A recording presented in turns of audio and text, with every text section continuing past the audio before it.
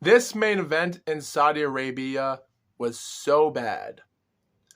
It was so bad that, from perspection, it was like watching a Hulk Hogan versus Sting heavyweight title match in Starrcade 1997. It was so bad that when you look at it for a perspective, you think on paper that these two are going to put in a huge competitive aspect. But when you get to the fight and when it's over, you're thinking, I paid a lot of money for a ticket to watch a guy in his second professional fight end his career with this. Now, to be fair, Anthony Joshua went through so much in 2023. He won a decision against an American. He takes on Robert Helenius from Finland. He takes on a Swedish boxer in December, Wallin. Francis Ngannou squeaks out a huge controversial split decision loss against Fury, only to fight against Joshua. It's so bad that I couldn't understand the aspect of it. And what makes this more shocking, that anything goes in boxing, you'll never expect anything to go wrong.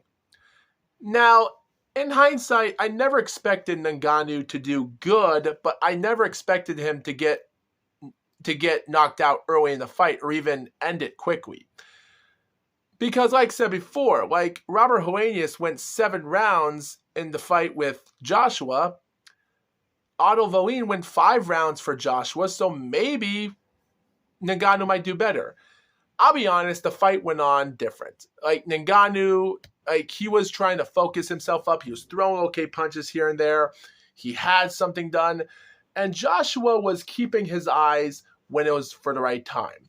Now, the first couple minutes of the fight were pretty decent. They were just starter reps. No one was doing nothing crazy. Joshua was waiting for his marks.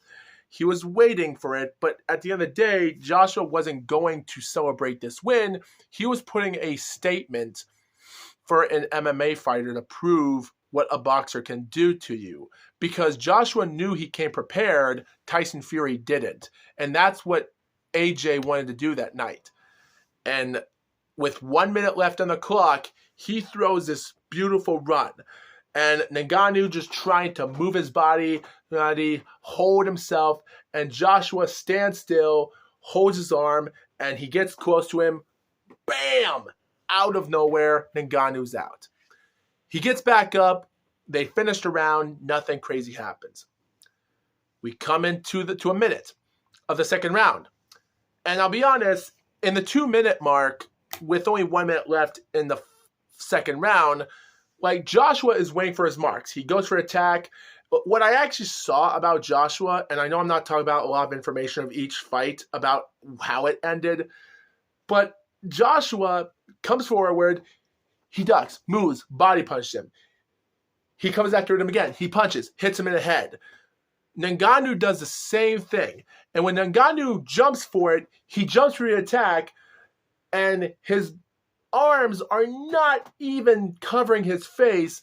Joshua knows it. He goes for the punch. Joshua doesn't hesitate.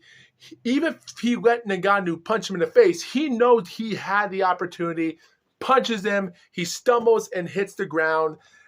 And at this moment, if I were you, Francis, I would go for a takedown. If JR, because it's like brawl for all. It's like if I were you, Bart, just go for a takedown. Oh, wait, there's a problem. In WrestleMania 99, Butterbeans and Bart Gunn, there were no rules for takedown. It was just knockout. So to be honest, like this boxing fight, there was no takedown. It was just knockouts. And like Butterbean did the Bart Gunn, AJ comes back to him. Francis gets up.